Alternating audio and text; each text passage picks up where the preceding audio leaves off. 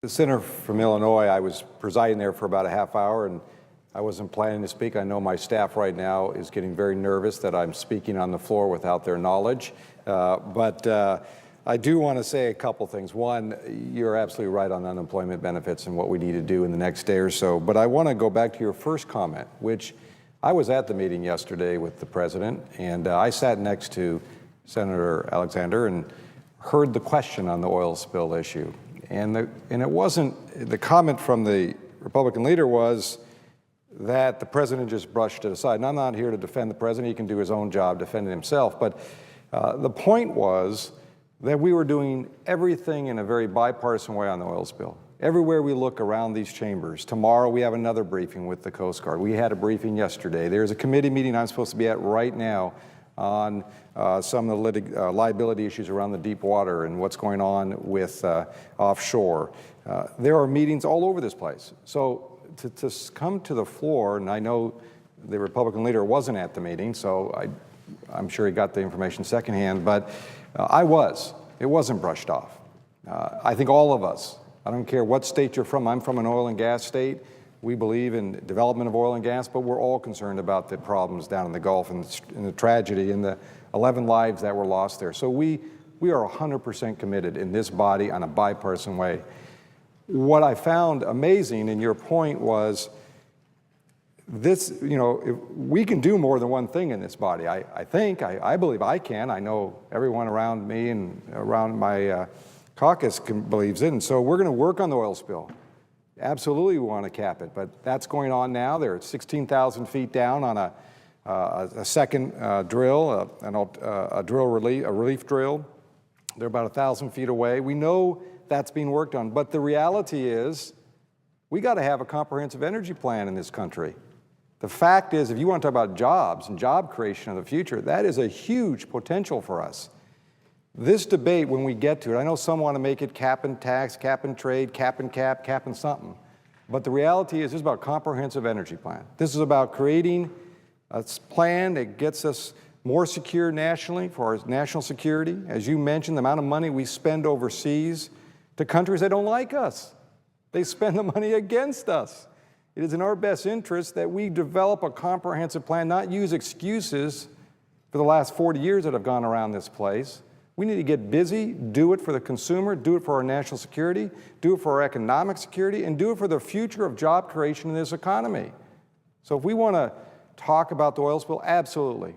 We will work double time on that. We're doing it from every end of the Capitol, all across this country. Matter of fact, today another report came out. It's a multinational effort, multi-country effort around the world have come to the assistance in the Gulf. But we also need to be dealing with a comprehensive energy plan. In Alaska, we're doing it. By 2025, we intend to have 50% of our energy produced by renewable energy. Even though we're dependent on oil and gas as our economic viability of our state, we recognize the diversity that has to happen. Kodiak, Alaska, 10 years ago, 0.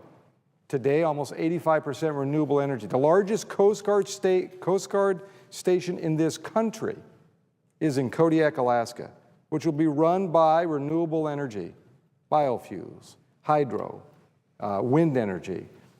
We have to be real about this. And so I understand the politics of November is coming. Everyone wants to be for something, against something, so they can figure out what constituencies they win or lose in the election.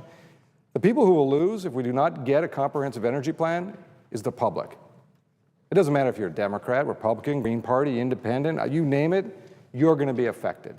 Because we will continue to import from foreign sources that don't like us.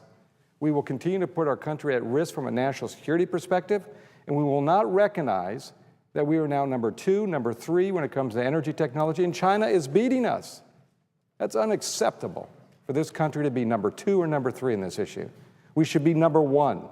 And for people to come down and want to pigeonhole this and claim we don't have the capacity in the United States Senate to do more than one thing is unbelievable.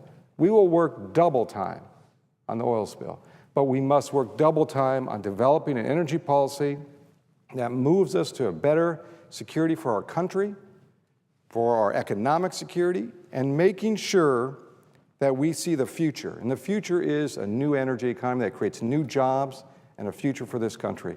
So I wasn't planning to speak. from the Senator of Illinois, but you sparked me.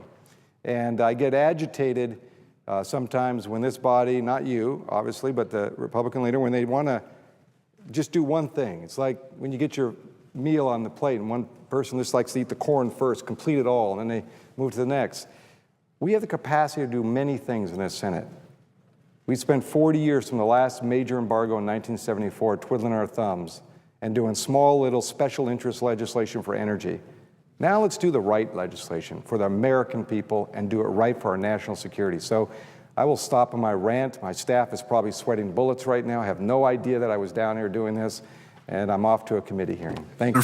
Senator from Alaska would yield briefly for a question. 21 years ago, I went up to Prince William Sound to see the Exxon Valdez spill, and I know that you know, as a native of Alaska, firsthand how terrible these spills can be, the impact that they can have in the short and long term.